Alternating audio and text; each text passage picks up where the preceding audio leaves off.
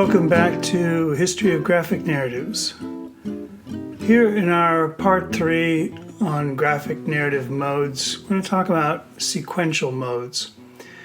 This is really the culmination of what comics can do to communicate and what makes them so interesting. So when we talk about a sequence, we're talking about essentially a kind of montage where a group of pictures are read in a direction, right? So we have now a series, but in a way we're always aware of it being kind of a group and that we're comparing the size of one panel to another.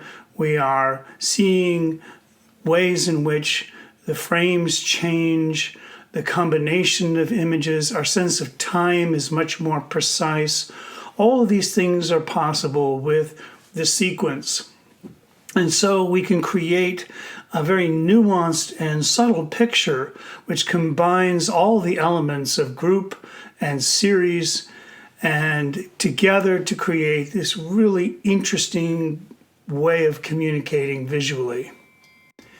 Now we go back to Töpfer as the artist who really discovers this possibility with his series of panels that are shaped to create this sense of we're looking at kind of an unfolding play and a sense of time and action building.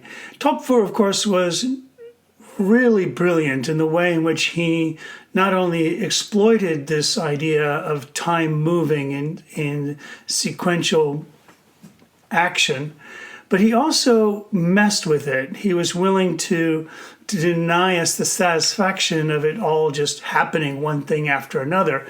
He expands moments, he compresses moments, and these ways in which he repeats moments helps us to kind of feel the absurdity of what we're looking at through this idea of montage.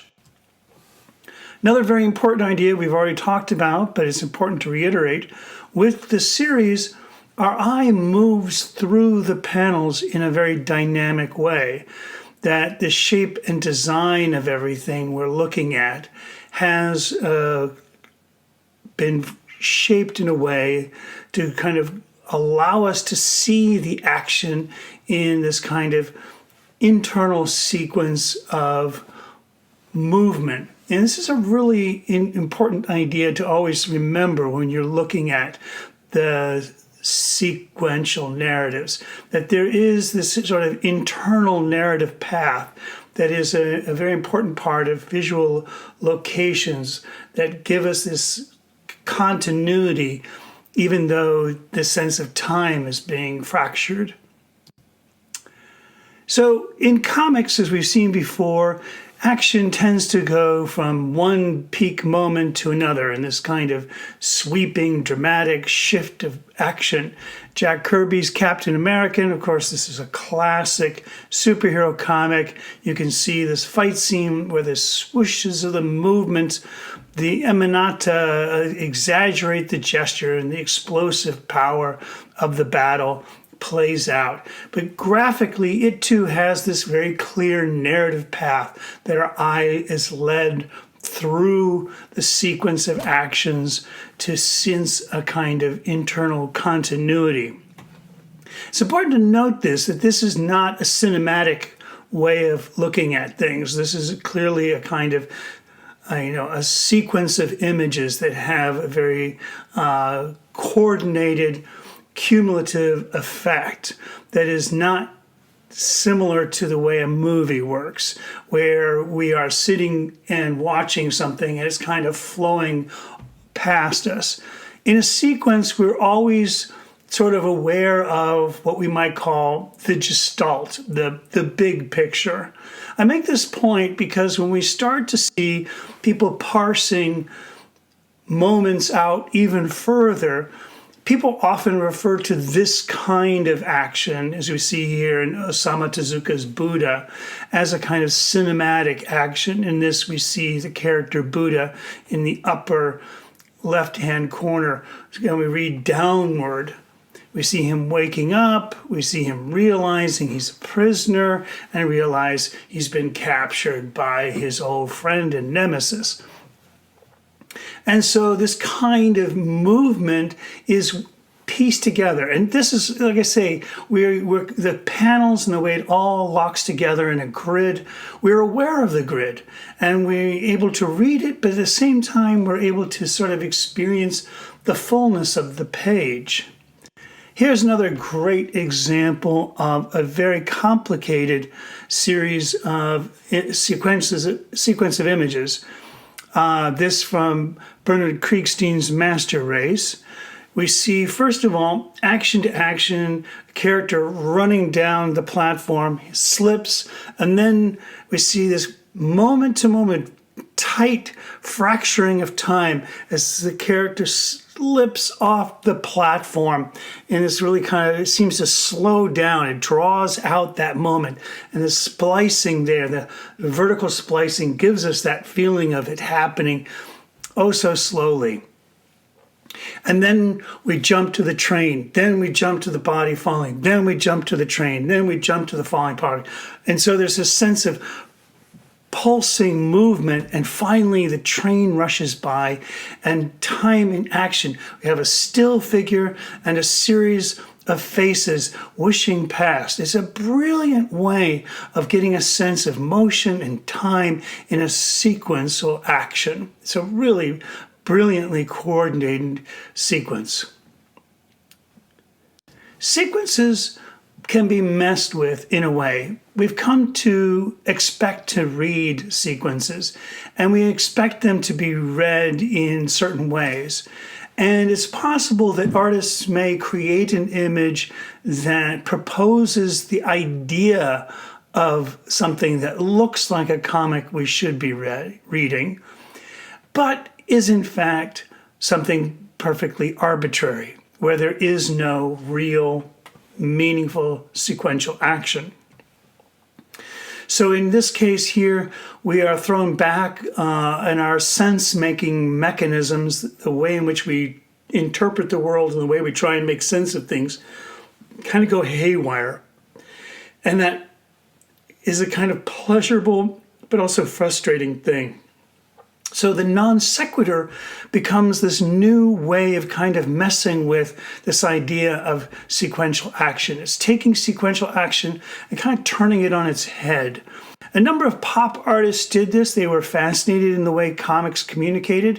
One of the earliest we talked about would be Jess and his tricky CAD collages, where he took actual Dick Tracy comic strips and he cut them up and carefully glued them together in ways that were sort of surreal and strange and ridiculous. And you could see the name Tricky Cad, which is an anagram of Dick Tracy. And so this kind of way of making things, this kind of looking like a comic but can't actually be a comic, where there is no meaning, sort of playfully engages us, and we become very aware of the mechanisms and the conventions of what go into making comics. And so this is also true in these more abstract expressionist, ultra super modernistic comics, a kind of parody of this idea of the absurd comic, a sort of stylized, non-narrative visual picture of different actions spiraling out of control. And this is Robert Crumb's kind of playful take on the idea of comics as art. Another way in which the non-narrative comic can occur is in, say, Roy Lichtenstein, where he takes a single panel of a comic and makes it into a giant painting, where this is all we have. Into pulling a single image out of a sequence, suddenly we become very aware of the conventions and the form and the stylization and the way in which it's communicating to us. There's no way we can make sense of this. This sequence is now a kind of monoscenic narrative but it never was intended to be that way. And so it leaves us with this sense of meaninglessness that comes from seeing all the devices and mechanisms of the sequence opened up. Another new change that has happened with sequential narratives, and this is partly due to computers and the way in which we can now read comics online, but similar paper versions of this have existed prior to the invention of the computer. And this is sort of the interactive narrative, where we are led to a sequence of a sequential story, but in this case, we are given options. And if we follow the path down one road, we move to a different page. If we follow down another road. And so this kind of way in which the reader becomes involved and engaged in the action of the story is a very fascinating new narrative tradition. This sequence invention and the choices that are possible makes us feel like we are sort of owning the story in a much deeper way. So in this case, we can choose whether Lucy is going to hold the ball or pull the ball away. Of course, the fun option is pull the ball away. There have been a number of online comics which have not only had this kind of interactive narrative, but depending on the participation of certain readers, they can be chosen to participate in the story itself. They're digitized and been made into characters that then interact with the story characters. Now, to be honest, there is a certain voyeuristic, pornographic quality that goes along with a lot of these sort of interactive narratives. Part of it has that sort of seedy way in which we get to choose what happens next. And that empowering in the narrative is one that is often sexualized. The last of the kind of mashups of the sequential narrative is the meta-narrative. Sequences are always making us aware of the tiny details that are communicating to us. And artists can make those details disappear and we become immersed in the story. But when we use it as a meta-narrative, there is something out of kilter, something that is made strange, or we are alienated from those mechanisms, that we suddenly become very aware that we are reading this comic and that the conventions of the comic are become very clear.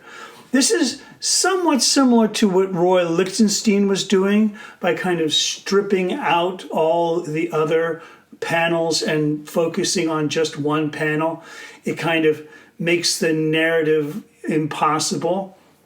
But in this case, the meta-narrative is really to kind of inject a new narrative, to subvert what was supposed to be a standard story of Lucy and Charlie Brown, and now instead becomes a kind of social critique of capitalism.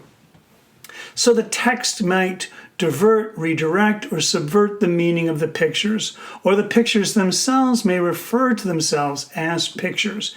In either of these instances, we become sort of aware of the fact that we are reading a comic.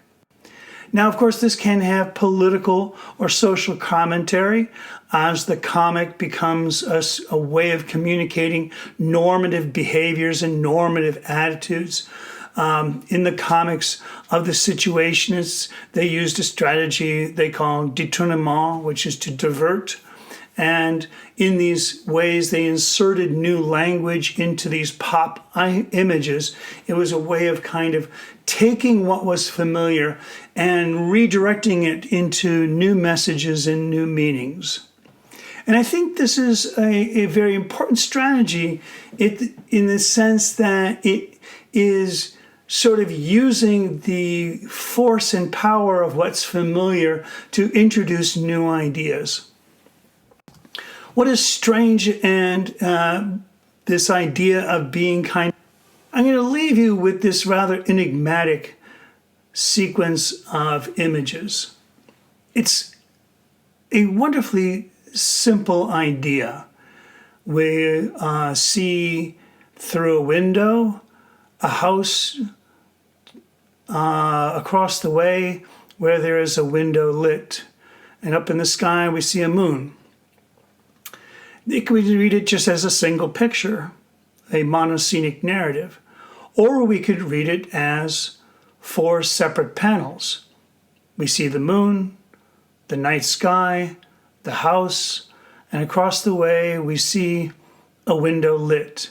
And when we see that window lit, the possibility of the person in that house looking back at us. And so it's this wonderful way in which this very simple narrative contains the idea of the sequence, because it can be read in so many different ways, and because it lends itself to being read in this sort of open-ended fashion.